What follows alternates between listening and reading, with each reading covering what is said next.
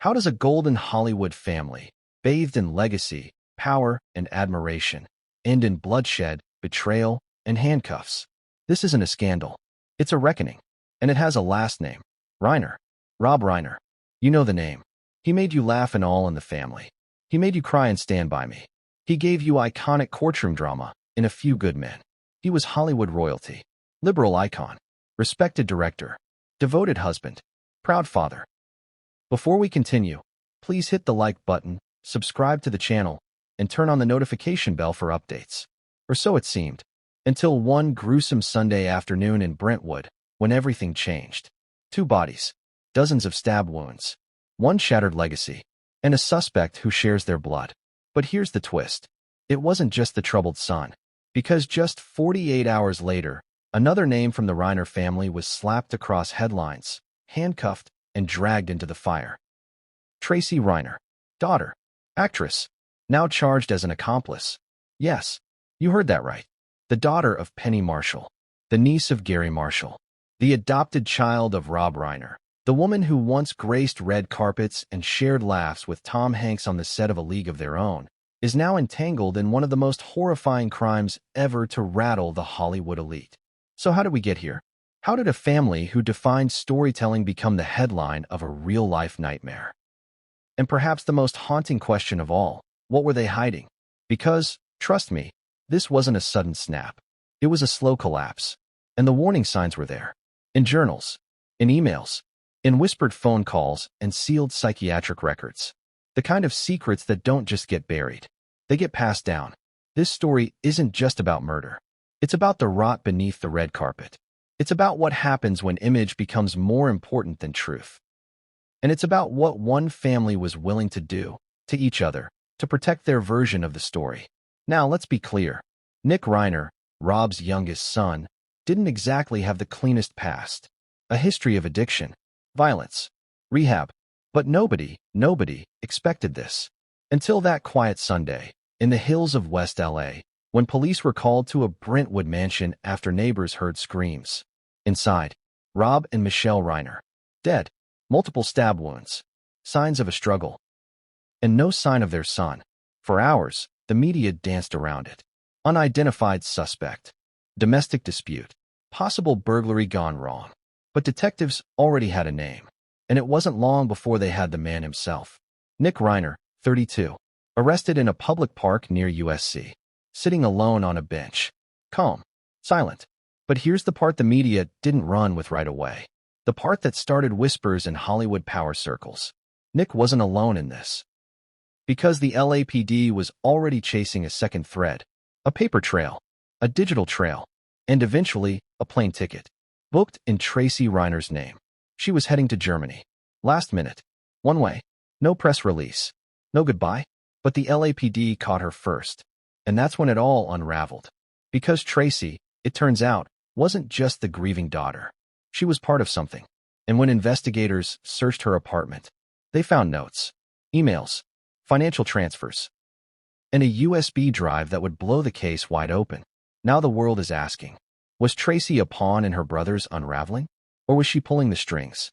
Was this a family drowning in love and desperation? Or a house of secrets ready to explode? And most disturbing of all, did they all see it coming? Here's what we know. Rob and Michelle had grown increasingly distant from Nick in recent months. Friends say Nick had started making weird claims about being erased by his family. There were late-night arguments, security upgrades to the Brentwood home, and whispers, dark whispers, about what happened during Nick's last stint in rehab.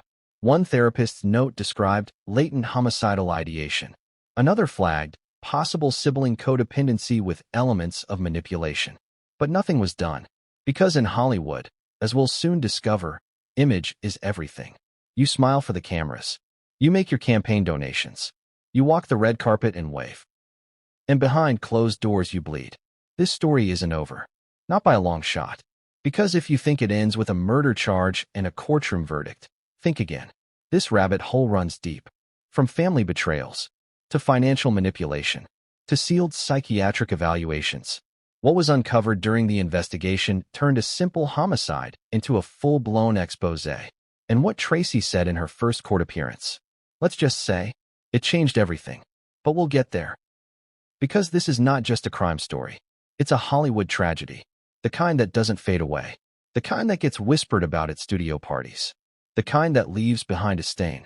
And somewhere, behind the chaos, the headlines, and the horror, there's a final twist still waiting to be revealed. So stay with me. Because next, we go back to where it all began. To the smiling family portraits. The movie premieres. The glittering legacy. And the first cracks in the Reiner empire. But what came next would change everything, and no one saw it coming. How do you go from red carpets and roaring applause to yellow crime scene tape and handcuffs? Let's rewind. Before the screaming, before the bodies, before the trial, the press, the secrets, there was a family that looked, on the outside, like the embodiment of Hollywood success. The Reiners weren't just another famous family. They were the family. Smart, talented, influential, loved. Rob Reiner was the smiling face of liberal Hollywood, son of legendary comedian Carl Reiner, husband to Michelle, father to Nick and Tracy, a man who built his career on empathy, intelligence, and heart. You grew up watching his work. Maybe you laughed with this as Spinal Tap. Maybe you fell in love during When Harry Met Sally. Or maybe you teared up at Stand By Me, and then saluted A Few Good Men. He was part of the cultural fabric, a storyteller, a moral voice. And if you only saw the highlight reel, you'd think, that's the life, that's the family, that's the dream. But dreams have shadows. And this dream was hiding something. Let's talk about Tracy. Born Tracy Henry, she was adopted by Rob after he married her mother, the iconic Penny Marshall. Yes, that Penny Marshall. Laverne from Laverne and Shirley, director of Big, one of the few female powerhouses in a man's industry. Tracy had Hollywood royalty on both sides. She grew up around Spielberg, Hanks, DeVito. She wasn't just in Hollywood. She was Hollywood. She starred in A League of Their Own. Small roles, sure. But she was there, in the inner circle, smiling, poised, charming. And then came Nick, Rob's youngest, the biological son, the one who always seemed a little lost. They said he had his father's eyes and his mother's smile. But behind them, a storm. Nick was smart, sensitive, but he didn't fit in. While Tracy flourished in film sets and social scenes, Nick was the kid who struggled with expectations. Too much fame, too many comparisons, too many shadows to stand in. And so he drifted. By 16, he was using. By 18, he'd been in rehab twice. By 21, he'd disappeared from public view entirely. But Rob never gave up. He used his influence to get Nick into top treatment centers. He spoke about addiction publicly. He funded programs. He wrote op-eds about the opioid crisis, always with the tone of a man trying to save his son and make it mean something. But what no one saw, at least not yet, was how deeply fractured the Reiner family had become. You see, the public image was polished. The family interviews? Always upbeat. The red carpet photos? Smiling, united. But behind the scenes? There were locked doors, therapy sessions, legal guardianship talks, and, according to later court records, fear. Michelle, the matriarch, was said to be the glue. Quiet, composed, creative, a photographer, a producer, a humanitarian. She kept things moving, kept the peace. But even glue can crack under pressure, especially when the walls are closing in. So what went wrong? Some say it started years ago, when Nick was just a teen. He began writing. Dark, angry fiction. Pages and pages of pain. Stories about betrayal. Families that lied. Mothers who watched. Fathers who judged. He said it was fiction. But was it? Tracy, meanwhile, kept a careful distance. She stayed close to Rob, but didn't live in the main family home. She was polite at press events, warm at award shows. But in private, she allegedly warned friends that Nick scares me sometimes. Still, she was fiercely protective. And that, investigators would later say, may have been her fatal flaw. Because sometimes protecting someone means enabling them. Sometimes love becomes complicity. And as the years went by, the cracks deepened. Nick would go missing for days. Michelle would cancel photo shoots last minute. Rob, usually articulate and confident, began dodging personal questions in interviews. Something was building, and it wasn't just tension. It was inevitability. But no one wanted to face it. Because in Hollywood, perception is reality. And reality? Reality was darker than anyone wanted to admit. So they buried it. With charity galas, with red carpet smiles, with hopeful statements like, "Nick's doing great now." But inside that Brentwood home, behind the gates, beneath the surface, there was silence. And silence, as we've learned time and time again, is dangerous, especially when it replaces truth. Now let's be fair. Every family has issues, even the famous ones, maybe especially the famous ones. But the Reiner family wasn't just dealing with addiction, or fame, or generational pressure. They were, allegedly, dealing with denial, with secrets, with something deeper.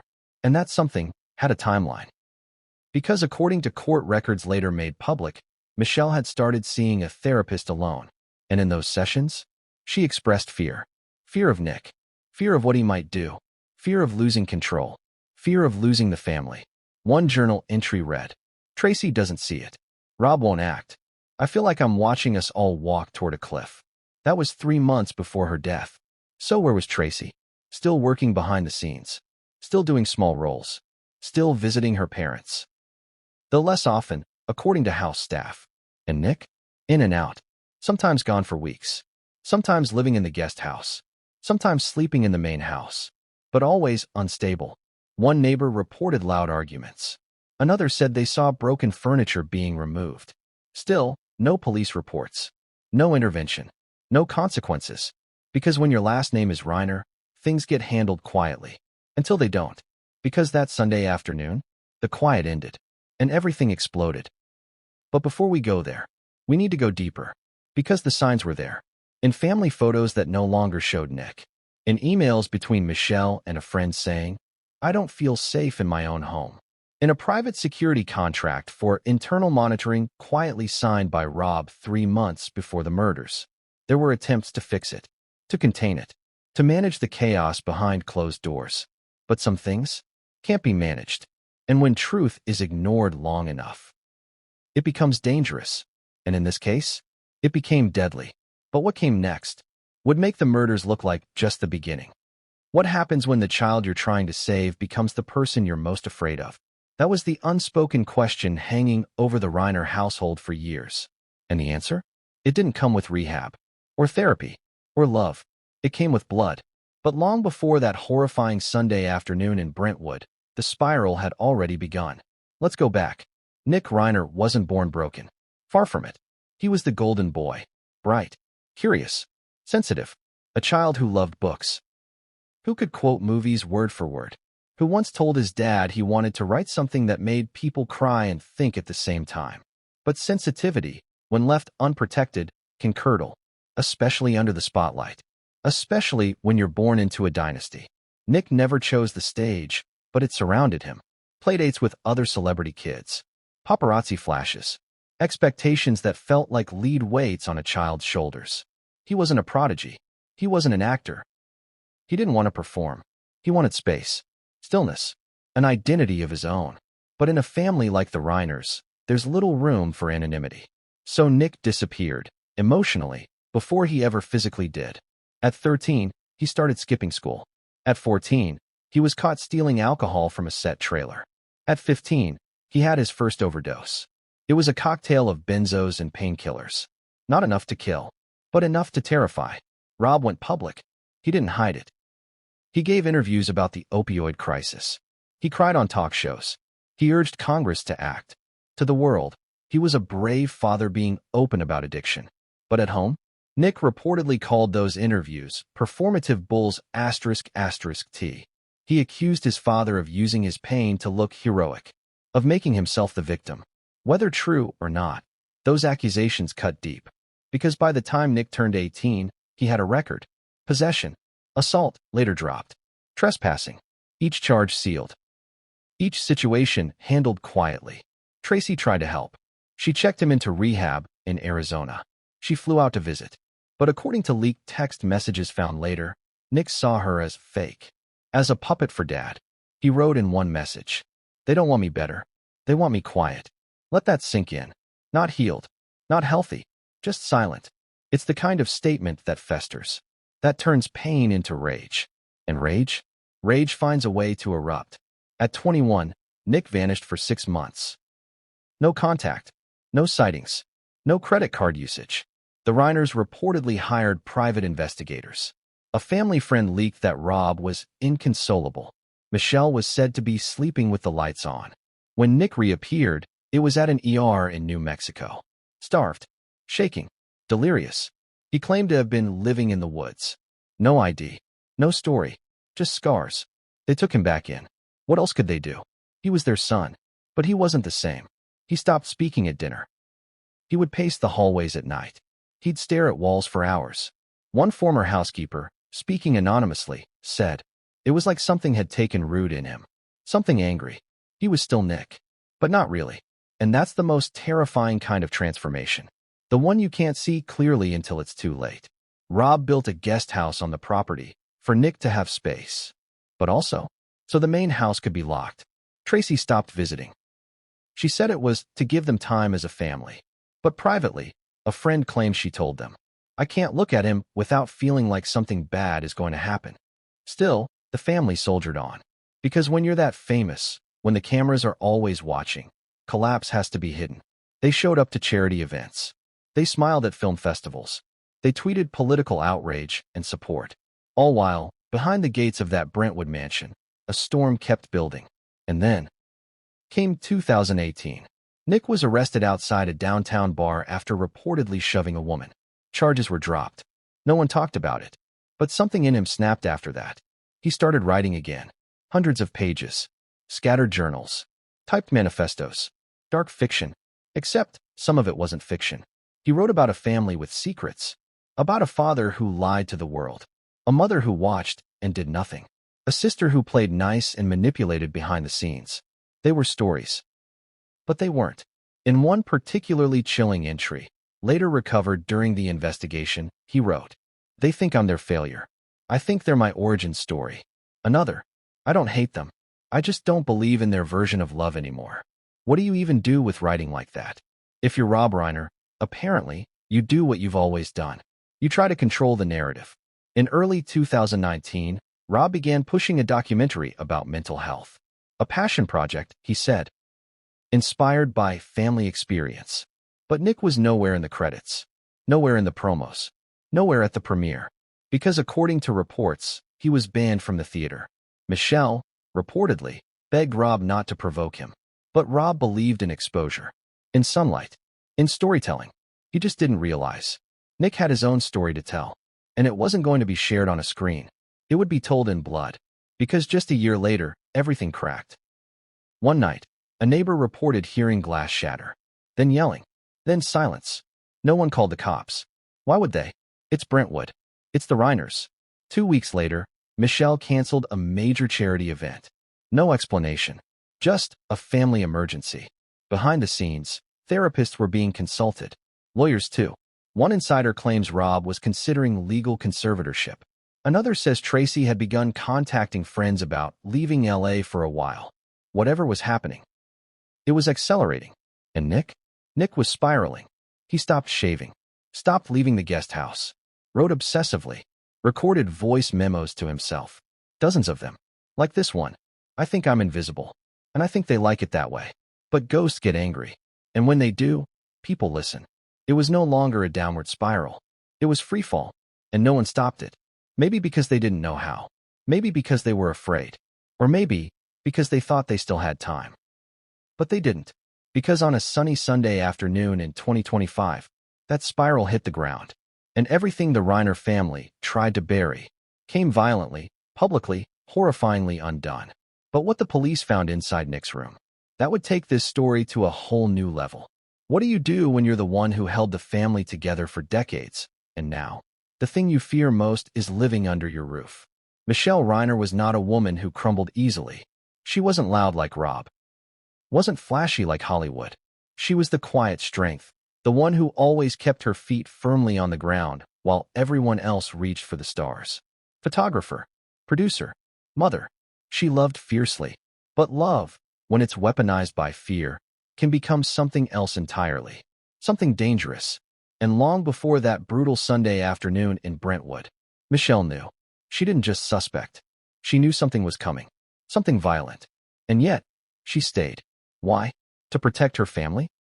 Or because she believed, truly believed, she could still save him? That was the question investigators kept circling back to. Because when they cracked open the locked drawer of her bedroom nightstand, they didn't just find medication bottles and a sleep mask. They found pages, dozens of them, handwritten, undated, private. Some were letters, some were diary entries, some were never meant to be read by anyone. Until now. And what they revealed was a woman slowly unraveling under the weight of maternal terror. Let's go back.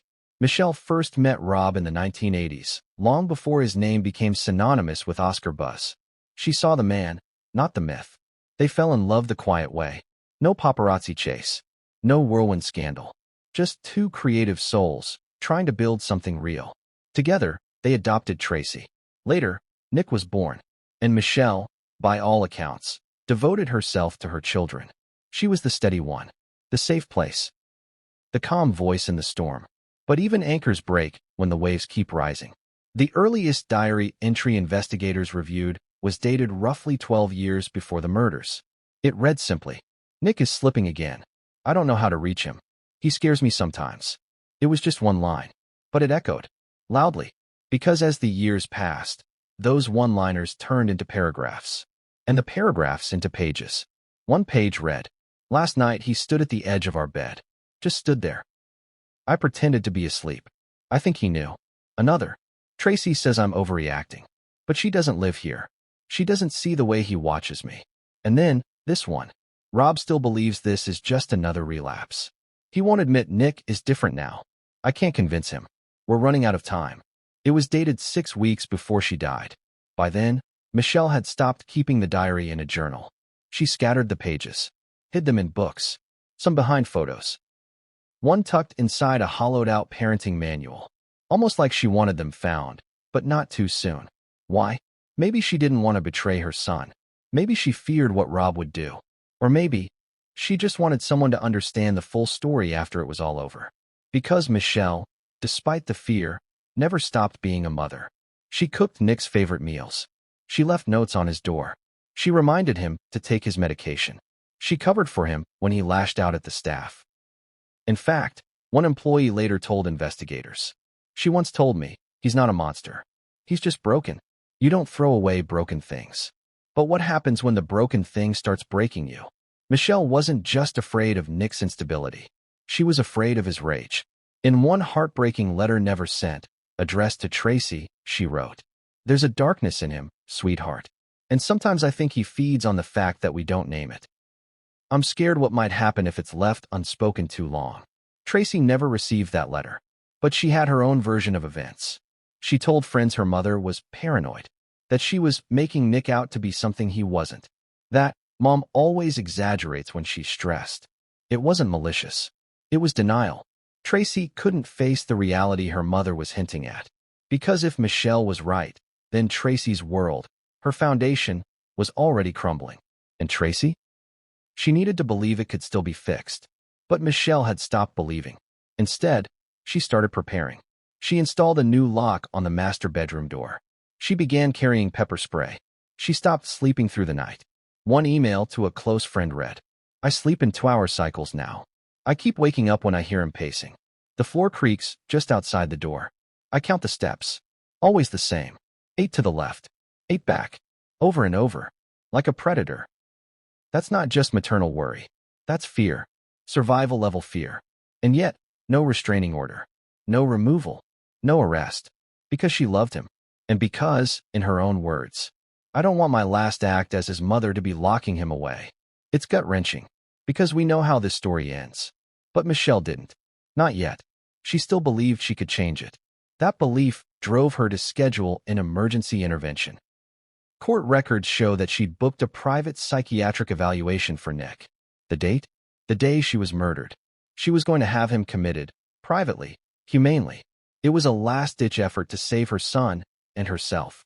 But she never got the chance. The paperwork was on her desk, and signed, stained with blood. It's possible Nick found it. Possible he knew what was coming. Or maybe he didn't care. Maybe, by that point, he'd already decided how the story would end. But here's the part that chills to the bone. In the final diary page recovered, torn, crumpled, found inside a shoe box, Michelle wrote, "If anything happens to me, Don't let Tracy blame herself. She loves him too. That was always the problem. We all loved him too much to see the truth. That's not just heartbreak. That's premonition. That's a woman writing her own obituary with a shaking hand. And yet she stayed. Because that's what mothers do. Even when it kills them. Even when they know the knife is coming. But what Tracy said after the murder, that would ignite a whole new firestorm. Because she wasn't just grieving. She was hiding something. And when investigators found the text messages between her and Nick, everything cracked wide open. It started with silence. Then the dog began barking, nonstop. Next came the scream. Not a startled yelp. Not an argument. Not a fall. A scream of the kind you don't forget. The kind that sounds like something primal has been ripped out of a person. That was what a neighbor later told police. One scream, then quiet. It was just after 2:45 p.m., a calm Sunday in Brentwood. Sunlight casting perfect shadows across the manicured lawns of millionaires. Laughter from a nearby pool party. Sprinklers ticking in rhythm. But inside the Reiner mansion at the top of the hill, something horrific had just happened. It took another hour before anyone acted. A housekeeper, returning from her lunch break, found the front door ajar. She called out. No answer. She stepped inside. The air, she would later say, felt wrong. Heavy. Still. Like a room that had just finished screaming. She called Michelle's name. Then Rob's. Still silence. She made it 10 feet into the hallway before she saw the blood. It was pooled. Thick. Already darkening. She didn't go any farther. She ran back outside, trembling hands dialing 911. The dispatcher's call log was chilling. Caller reports, blood everywhere. Believes occupants may be injured or dead. By the time officers arrived, the dog was howling. Unfed. Locked in the den. The front door? Still ajar. No sign of forced entry. The foyer? Pristine. No signs of a struggle. But the trail of blood? It led inward. The first body was Rob's. Face down. Collapsed at the base of the staircase. Multiple stab wounds across the back, neck, and side. It wasn't quick. And it wasn't clean. The second body was in the kitchen. Michelle. Her hands were raised. Defensive wounds slashed across her palms and forearms. She had fought. Fought hard. The knife, a long, stainless steel carving blade, was found in the sink. No fingerprints. Just blood. Both victims were pronounced dead at the scene. The responding officers secured the perimeter. Brentwood doesn't see this kind of violence. Especially not in this home. Rob Reiner? Dead. It didn't compute. But the evidence was undeniable. 2 lives extinguished. One question hanging in the air. Where was Nick? And the answer came faster than anyone expected. The guest house was unlocked. Inside, investigators found his phone, his wallet, a half-eaten sandwich, a USB drive plugged into a laptop still playing ambient music. The laptop screen showed a single file name. Redemption. More on that later. In the main house, things got stranger. There was no sign of a break-in. No overturned furniture. No broken windows. No missing valuables. This wasn't a robbery. It wasn't random. It was intimate. Personal. There were only 3 people known to be in the house that afternoon. Rob, Michelle, and Nick. The housekeeper had clocked out at noon. Security footage showed her leaving. The rest of the day? A mystery. Until the police reviewed the internal surveillance system. Rob had installed it years ago, private use only. No cloud storage. Local hard drives. One backup in the panic room. What investigators saw on the recovered footage was chilling. At 1:38 p.m., Rob and Michelle were in the kitchen. They were making tea, talking quietly, calm. Then, Nick walks in. His body language was tense, shoulders stiff, jaw tight. There was no audio. But you can read it in their faces. Michelle says something. Nick flinches. Rob steps forward. Nick steps back. Then Rob raises his hand, not in anger, just a gesture. And Nick snaps. He lunges. The footage cuts out at that moment. Why? The recording hard drive was unplugged, manually, just seconds after the attack began. By who? You can guess. But it was too late. Because the system had already stored a backup of that moment. Enough to identify Nick as the attacker. A manhunt began immediately. Helicopters. Patrol cars. Alerts across LA. But Nick didn't run far. He was found hours later, sitting calmly on a bench in a downtown park near USC. No blood on his clothes. No visible injuries. Just a blank stare. When officers approached, He didn't resist. He looked up and reportedly said, "I thought you'd come sooner." That was it. No tears. No anger. No explanation. He was arrested without incident. But the true mystery wasn't just Nick's whereabouts. It was what came next. Because when detectives began processing the Reiner home, they made their way to the upstairs hallway. That's when they noticed something odd. A candle, lit, unburned, sitting at the end of the hallway, outside the study. And next to it, a folded note. 2 words scrawled in black ink. "I'm sorry." It wasn't signed, but it was written in Nick's handwriting. Inside the study was even more disturbing. A journal, hundreds of pages, titled Truth Before Silence, filled with cryptic entries. Angry, rambling, obsessive. Some pages were just repeated phrases. She watched and did nothing. He lied and the world applauded. "They made me. They made me. They made me." And at the back of the journal, a timeline, events, dates, names. Nick had cataloged years of perceived slights, real or imagined, from both Rob and Michelle. And Tracy, especially Tracy. One note read, "She knew everything. She always knew, and still played innocent." This wasn't just a murder. This was an explosion. The culmination of years of rage, paranoia, and obsession. But what broke the case wide open wasn't just the journal. It was what they found on the USB drive. That file, Redemption, a 47-minute audio recording. Nick's voice, calm, clear, lucid. A confession? Not quite. More like a manifesto. He spoke about betrayal, about abandonment, about being a ghost in his own family. But he also said something else, something that shocked investigators. "I'm not the only one who deserves to go down." She helped. She knew. She set it up. Who? He didn't say, but the next line clarified everything. "Tracy, if you're listening, I hope it was worth it." Investigators froze. Tracy? She wasn't even in LA that day. Or was she? Flight records showed something interesting. 2 days before the murder, Tracy had flown in from New York. No public appearances. No announcements. Just a quiet trip. Her return flight? Booked for the night after the murders. But it was canceled. Why? Because she had rebooked a one-way ticket to Germany, set to depart the next morning. Now the questions piled up fast. Why was she in town? Why didn't she tell anyone? And why the sudden attempt to leave the country after her parents were killed? The LAPD placed her on a watch list. And just hours before boarding, she was taken into custody at LAX. Detained. Silent. But her phone? That wasn't silent. And when they checked her messages, they found conversations between her and Nick. Dozens of them. Encrypted. Coded. But some, clear as day. One, dated 2 days before the murders, read, "If you do this, make sure the knife gets cleaned. I can't help you if they find blood on it." That was enough. Enough to charge.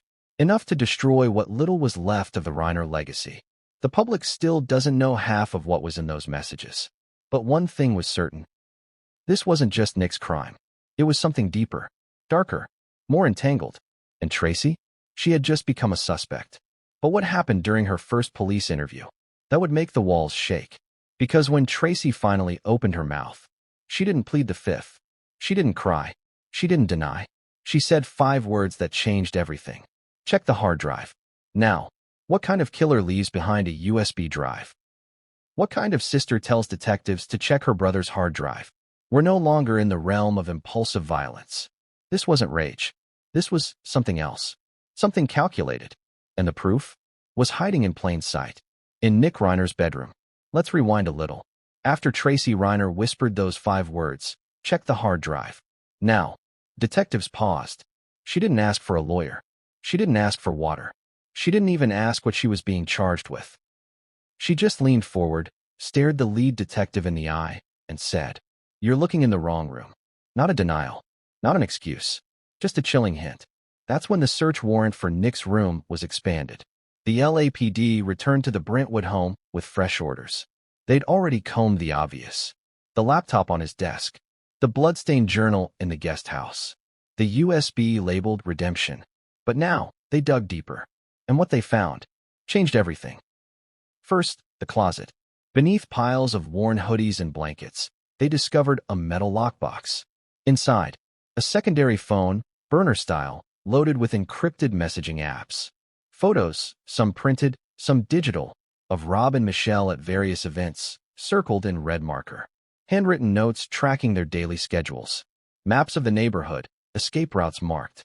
This wasn't spur of the moment. This was premeditated, staged, cold. And then, there was the box of receipts. Hardware stores. Knife sharpeners. A small electronic shop in Koreatown. All dated within the last 2 months. Among the receipts was one that stood out. Custom hard drive, 2 terabytes, encrypted partition, client, and Reiner. The detectives knew what they were looking for now. They turned the room upside down. Mattress flipped. Baseboards checked. Bookshelves dismantled. Nothing. Then one officer noticed something odd about the floorboard under Nick's desk chair. It creaked, but not the way wood usually creaks. It was hollow. They pried it open.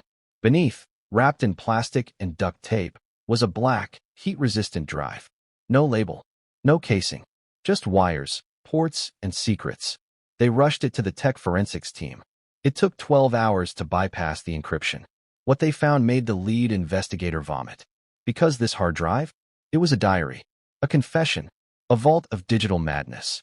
Hours of voice memos, hundreds of documents, photos, screenshots of family texts, emails never sent, video clips secretly recorded throughout the house. Let's start with the videos. Most were boring. Footage from hidden nanny cams Nick had set up. Some inside the kitchen, some near the living room. One, shockingly, inside his mother's bedroom. Creepy? Yes, but not illegal. Until they found the video. Time-stamped. 3 nights before the murders. It showed Rob and Michelle seated at the dining table. Michelle was holding a folder. Rob looked stressed, agitated. Michelle says, clearly, "We have to do something. I don't want to wait another week." Rob replies, "We will. But we're doing this the right way. He needs help, not a prison cell." Then, Michelle lifts a paper and says, "I've signed it. I'll take him in myself if I have to." She was referring to the commitment form. The one that was found and signed, on her desk after her death. In the background of the video, barely visible, was a reflection in a mirror. Nick, filming from the hallway. He had heard everything. He knew what they were planning, and he didn't wait for it to happen. Then came the voice memos. One began, "They're going to lock me away. Like a dog. Like trash. I was their mistake, and they want to bury it now. But I won't let them." Another, "Tracy plays innocent. But she's known for years. She covered for me. She paid off the bartender. She paid for the second abortion. She knew. Abortion? That wasn't in any of the court filings. That wasn't public. That wasn't even suspected. But it was in the voice memos. In explicit, vengeful detail. Nick accused Tracy of paying off a woman to keep quiet. Of using her Hollywood connections to suppress a scandal. The tech team confirmed. Some of the encrypted texts between Nick and Tracy lined up with these claims. Not all, but enough. Enough to show Tracy was deeply involved in something more than just a sibling bond. She wasn't innocent. At best, she was complicit. At worst, she was a co-conspirator. Then came the files. In a folder titled Moments Before, Nick had saved screenshots of the murder plan. It wasn't a spur-of-the-moment rampage. He'd created a checklist. Steps before freedom. Cut cameras. Remove phone battery. Lure them into separate rooms. Use the carving knife. No prints. Don't panic. Leave note. Walk away. Chilling. Efficient. Soulless. But the most disturbing file? A letter. Unsent. Titled, "To Tracy, read this when I'm gone." It read, "You helped create this. You fed it. You laughed with them when I cried. You cleaned up my messes, then told them how good you were for doing it. You think you're a hero? You're just like them. But don't worry. I'm leaving the truth behind. You'll pay too. In the only way that matters to people like us, publicly. They built an empire. I burned it. Now you can stand in the ashes and decide. Do you tell the world the truth? Or do you keep lying like we were trained to?" Investigators were stunned. The manifesto. The hard drive. The footage. The receipts. It wasn't just a murder case anymore. It was a full-blown psychological war within a family that made a living telling other people's stories. And now their story was unraveling faster than anyone imagined. But Tracy, now officially named a co-conspirator, had one more card to play. Because when they asked her, "Did you know he was going to kill them?" she shook her head and said, "No, but I knew he was going to destroy them." And when they asked, "Why didn't you stop him?" she whispered, Because I didn't think he'd follow through. I thought it was just another script. Let that sink in. She thought it was a script. But it was real. It was always real. And the next bombshell was about to be detonated in court. Because Tracy wasn't done talking. And what she revealed about her final conversation with Michelle would send shockwaves through the case. What if the most incriminating piece of evidence wasn't hidden, but handed over willingly by the person you least expect? That's exactly what happened when investigators inserted the second USB drive. This one from Tracy Reiner. Yes, Tracy, the grieving daughter, the well-connected actress, the alleged accomplice. After days of stone-cold silence, she calmly slid the thumb drive across the interrogation table and said, "I want you to hear it from me before you find it on your own." Strange move, right? But Tracy understood one thing better than anyone in that room. Narrative. She'd lived it her whole life. Hollywood scripts, public perception, family myth-making. And now, she was playing for survival. But what was on that USB? It wasn't just one document. It was an archive. Emails, voice memos, screenshots, recordings of private family conversations. It was a backup of everything she claimed to have kept for protection. Protection from what? From being made the villain in a story I didn't write, she said. Let's dig in. File 01. Meeting _with _audio to MP3. This was a recording Tracy secretly made just 5 days before the murders. She and Michelle were sitting on the back patio. Birds chirping, distant traffic, wine glasses clinking. But their conversation? Anything but peaceful. Michelle, soft but firm. "You need to stop covering for him, Tracy. It's not helping. It's enabling." Tracy, frustrated. "You think I don't know that? But I'm not the one who keeps inviting him back into this house." Michelle, "Because he's my son." Tracy, "And he's dangerous." Pause. Michelle, "Then help me. Help me do this right. I've already started the paperwork." Tracy, "You're going to commit him?" Michelle, "It's that, or we wait for the headline." Silence. Tracy, "He's going to feel betrayed." Michelle, "He already does." End recording. That moment right there? Michelle had clearly made her decision. And Tracy knew. But what did she do with that knowledge? File after file on the USB began to paint a troubling picture. Tracy wasn't just a bystander. She was a bridge. The only person Nick still talked to. And she had been for years. File 02. Emails _Nick _ 2019-2025. Over 400 messages. Some cryptic. Some emotional. Some downright threatening. One chain stood out. Date: April 2nd, 2025, 19 days before the murders. From Nick. "They're planning something. I can smell it. You know what they're capable of." Tracy replies, "Calm down. Don't do anything stupid. Let me handle it." Nick, "Like last time? When you said you'd make it go away? You didn't. And now they're making me disappear." Tracy, "You're spiraling. We'll talk tomorrow." Nick, "Tomorrow is too late. I don't need a sister anymore. I need a co-conspirator." That word, co-conspirator, raised every red flag. Investigators jumped. Tracy had just provided a breadcrumb trail straight into complicity. But then came file 03, lawyer _ redacted. Subject line: regarding contingency plan, do not forward. The body of the email had been redacted in black bars, government style. Why? The original message, it turned out, had been encrypted and saved in a locked email archive Tracy accessed through a private legal firm. But even the metadata told a story. The sender? An associate at Chambers, Levy & Carter, a law firm known for crisis containment in high-profile scandals. The recipient? Tracy Reiner. The timestamp? 3 days before the murders. Investigators obtained a warrant. What they found in the unredacted email left jaws on the floor. The email read, "Ms. Reiner, if your brother becomes a legal risk, you are to immediately activate Clause 7B. All communications must cease. Funds from the protection account will be wired to the Munich account as discussed. Do not respond to this email. Do not speak to the press." Clause 7B? What is that? Turns out, it was a pre-written escape plan. A legal firewall. If Nick ever did something catastrophic, Tracy had been advised to run. Germany. Munich. A secondary passport in her mother's maiden name. She didn't just panic book a flight. She had the exit strategy planned in advance. But she didn't run. She gave the USB instead, and she claimed that proved she wasn't involved. But did it? Because there was more. File 04. Tracy_journal_entries_2024. Digitized scans of her personal notes. Unlike Nick's journals, violent, obsessive, delusional, Tracy's were clear. But cold. Here's one excerpt. I'm tired of being the fixer. He spirals, I patch. He breaks, I clean. He threatens, I mediate. I've become complicit by proximity. But what else can I do? My father's blind. My mother's crumbling. They won't survive another scandal. Another. There's a part of me that wants him gone. Just gone. Not dead, but erased. Is that awful? Yes, Tracy. It kind of is. And here's the twist. Tracy had also hired a private investigator. Not to follow Nick, but to follow Rob. Why? What was she looking for?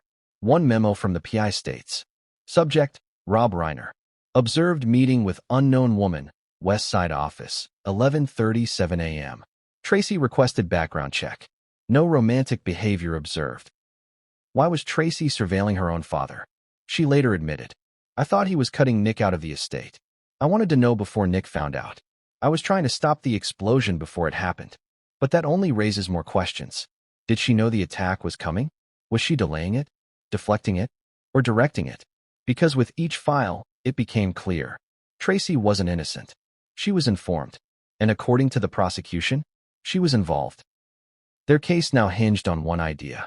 That Tracy, through inaction and coded communication, facilitated the conditions that led to murder. Not by picking up a knife, but by opening the door. But what did Tracy say when confronted with that theory? Just one line. You think I opened the door? What if I was the one who tried to keep it shut and failed? That ambiguity? It would define the trial to come. Because Tracy's story was now out. The files were public. The media was circling like vultures. And then, another witness came forward. A man who hadn't been in the house for years. Who had once been silenced. Who now had nothing to lose. His name? Daniel. A former assistant. A former friend. And, according to new evidence, a man who once received a very large wire transfer from Tracy Reiner. But what he revealed next would make the entire courtroom gasp. What does it look like when Hollywood royalty falls? Not slowly. Not with fading relevance or forgotten roles, but violently, suddenly, dragged from the private lounges of first-class terminals into a screaming frenzy of press, flashing cameras, and cold steel cuffs. That was the moment Tracy Reiner stopped being a last name and became a headline. The arrest happened fast. A swarm of officers in plainclothes swept through Los Angeles International Airport just after 6:10 a.m. Terminal 4. Departure Gate 49B. A Lufthansa flight to Munich. First class. One way. No return ticket. Tracy was seated by the window, dark sunglasses covering puffy eyes, passport clutched in one hand, boarding pass in the other. She looked tired. Not panicked. Not even surprised. Just tired. Like she'd been waiting for this moment longer than anyone knew. When the officers approached, she didn't flinch. When they asked her to stand, she didn't argue. And when they read her rights, she nodded. She didn't speak a word. But one witness swears she whispered something as she stood. Goodbye, Dad. And just like that, Tracy Reiner, daughter of Rob Reiner, niece of Penny Marshall, descendant of Hollywood giants, was under arrest. The charges? Accessory after the fact to first-degree murder. Obstruction of justice. Conspiracy.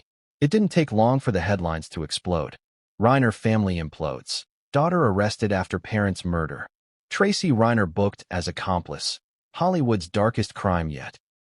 The Reiner files. What did she know? Paparazzi swarmed the precinct. Reporters camped outside the courthouse. TV specials were cut together overnight using red carpet footage, family interviews, even clips from A League of Their Own. Talk show hosts speculated. Podcasters ranted. YouTube exploded. But behind those media theatrics, inside the interrogation room, the real drama was unfolding. Tracy sat across from lead detective Maria Gomez. No legal counsel yet. No official plea. Just silence. Then, finally, she leaned forward. I didn't kill my parents. Detective Gomez didn't blink. No one said you did. Tracy nodded. But I knew Nick might. That's why I came back. That was the first bombshell. She wasn't running to Germany. She was returning from New York. But she never told anyone she was coming back. Why? Because I didn't want anyone stopping me. I knew something was going to happen, and I wanted to see it before it did. See it? Or witness it? Detectives pushed further. Why didn't you warn them? Tracy's reply chilled the room. I tried. They wouldn't listen. They never did. They thought I was protecting him, but I was trying to delay him. That line echoed in every interrogation note, in every DA brief. Trying to delay him. But delay him from what? Murder? Or from telling the truth? Because there were two theories now. Tracy was a co-conspirator. She had communicated with Nick, coached him, then tried to run when the plan spiraled. Tracy was a reluctant gatekeeper, trapped between a ticking time bomb of a brother and a family too proud to take action until it was too late. But either way, she was in the fire now. Let's break it down. Timeline of her arrest. April 15th, 2025, 11:13 a.m. Tracy flies into LAX on a private carrier from JFK. No press. No handlers. She uses an alias booking, middle name only. April 16th, 2025, 2:38 p.m. Rob and Michelle Reiner are murdered. April 17th, 2025, 12:22 a.m. Tracy's outbound ticket to Munich is confirmed. One-way first class. April 17th, 2025, 6:10 a.m. Arrested before boarding. The DA argued this was classic flight behavior. Tracy's defense insisted it was fear. Who do you believe? Even Hollywood was split. Some rallied behind her. Alyssa Milano tweeted, Tracy Reiner has always been kind, professional, and ethical. I don't believe she's capable of what they're accusing her of. Hashtag Justice for Tracy. Others were less generous. One producer wrote anonymously to Deadline. She always acted like she was above it all. Now she's just like the rest of us, caught. Her friends began distancing themselves. Former co-stars deleted posts. Agencies dropped her. The fall wasn't just public. It was total. By the time Tracy's mugshot hit the internet, memes were everywhere. A league of their own, and she lost it. From red carpet to red-handed. Hollywood's darkest daughter. And yet, through all this, Tracy stayed quiet. Until her arraignment. That morning, the courtroom was packed. Press badges. Studio execs in sunglasses. 3 Netflix producers, reportedly there just in case. Tracy entered in a beige jumpsuit. No makeup. Hair pulled back. Expression unreadable. The judge read the charges. Her attorney entered a plea of not guilty. Gasps rippled through the gallery. But the biggest shock came moments later. Tracy stepped to the microphone and, against her lawyer's advice, addressed the court. I love my parents. I tried to protect them. I failed, but I didn't help him kill them. That's not who I am. That's not what I do. But if loving my brother makes me guilty, then so be it. The room fell silent. The judge called a recess. Tracy's lawyer? Furious. The DA? Smirking. The public? Divided. What kind of woman says so be it to a murder charge? One who's given up? Or one who's ready to burn the whole thing down? Because behind that solemn courtroom speech, a legal war was already brewing. Prosecutors were gathering evidence. More messages. More money transfers.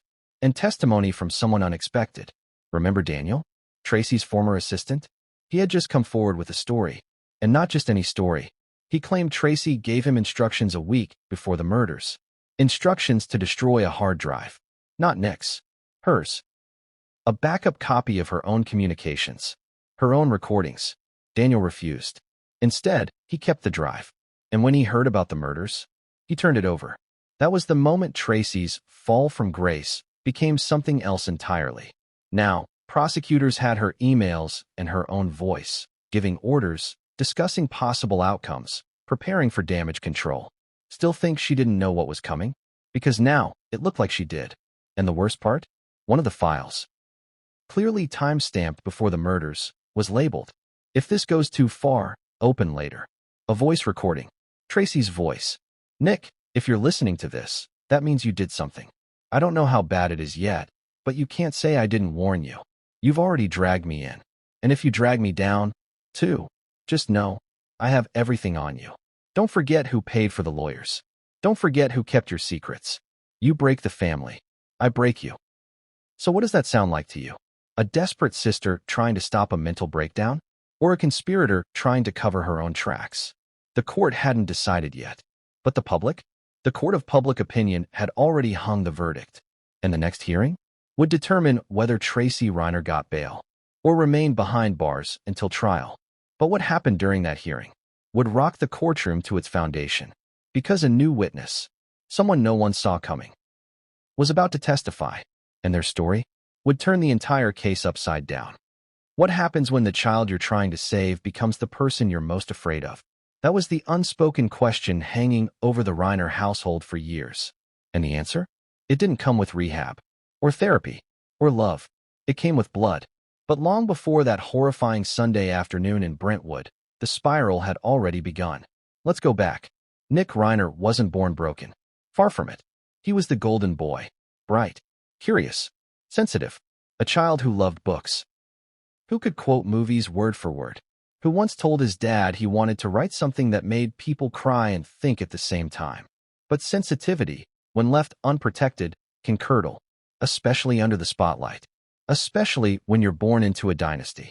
Nick never chose the stage, but it surrounded him. Playdates with other celebrity kids, paparazzi flashes, expectations that felt like lead weights on a child's shoulders. He wasn't a prodigy. He wasn't an actor. He didn't want to perform. He wanted space, stillness, an identity of his own. But in a family like the Reiners, there's little room for anonymity. So Nick disappeared, emotionally, before he ever physically did. At 13, he started skipping school. At 14, he was caught stealing alcohol from a set trailer. At 15, he had his first overdose. It was a cocktail of benzos and painkillers. Not enough to kill, but enough to terrify. Rob went public. He didn't hide it. He gave interviews about the opioid crisis. He cried on talk shows. He urged Congress to act. To the world, he was a brave father being open about addiction. But at home, Nick reportedly called those interviews performative bulls **T. He accused his father of using his pain to look heroic, of making himself the victim. Whether true or not, those accusations cut deep. Because by the time Nick turned 18, he had a record. Possession, assault, later dropped. Trespassing, each charge sealed. Each situation handled quietly. Tracy tried to help. She checked him into rehab in Arizona. She flew out to visit. But according to leaked text messages found later, Nick saw her as fake, as a puppet for dad. He wrote in one message, "They don't want me better. They want me quiet." Let that sink in. Not healed, not healthy, just silent. It's the kind of statement that festers, that turns pain into rage. And rage? Rage finds a way to erupt. At 21, Nick vanished for 6 months. No contact, no sightings, no credit card usage. The Reiners reportedly hired private investigators. A family friend leaked that Rob was inconsolable. Michelle was said to be sleeping with the lights on. When Nick reappeared, it was at an ER in New Mexico. Starved, shaking, delirious. He claimed to have been living in the woods. No ID, no story, just scars. They took him back in. What else could they do? He was their son, but he wasn't the same. He stopped speaking at dinner. He would pace the hallways at night. He'd stare at walls for hours. One former housekeeper, speaking anonymously, said, it was like something had taken root in him. Something angry. He was still Nick, but not really. And that's the most terrifying kind of transformation. The one you can't see clearly until it's too late. Rob built a guest house on the property for Nick to have space, but also so the main house could be locked. Tracy stopped visiting. She said it was to give them time as a family. But privately, a friend claimed she told them, I can't look at him without feeling like something bad is going to happen. Still, the family soldiered on. Because when you're that famous, when the cameras are always watching, collapse has to be hidden. They showed up to charity events. They smiled at film festivals. They tweeted political outrage and support. All while, behind the gates of that Brentwood mansion, a storm kept building. And then came 2018. Nick was arrested outside a downtown bar after reportedly shoving a woman. Charges were dropped. No one talked about it. But something in him snapped after that. He started writing again. Hundreds of pages. Scattered journals. Typed manifestos. Dark fiction. Except some of it wasn't fiction. He wrote about a family with secrets. About a father who lied to the world. A mother who watched and did nothing. A sister who played nice and manipulated behind the scenes. They were stories. But they weren't. In one particularly chilling entry, later recovered during the investigation, he wrote, They think I'm their failure. I think they're my origin story. Another. I don't hate them. I just don't believe in their version of love anymore. What do you even do with writing like that? If you're Rob Reiner, apparently, you do what you've always done. You try to control the narrative. In early 2019, Rob began pushing a documentary about mental health. A passion project, he said, inspired by family experience. But Nick was nowhere in the credits, nowhere in the promos, nowhere at the premiere, because according to reports, he was banned from the theater. Michelle, reportedly, begged Rob not to provoke him. But Rob believed in exposure, in sunlight, in storytelling. He just didn't realize. Nick had his own story to tell, and it wasn't going to be shared on a screen. It would be told in blood, because just a year later, everything cracked. One night, a neighbor reported hearing glass shatter, then yelling, then silence. No one called the cops. Why would they? It's Brentwood. It's the Reiners. 2 weeks later, Michelle canceled a major charity event. No explanation.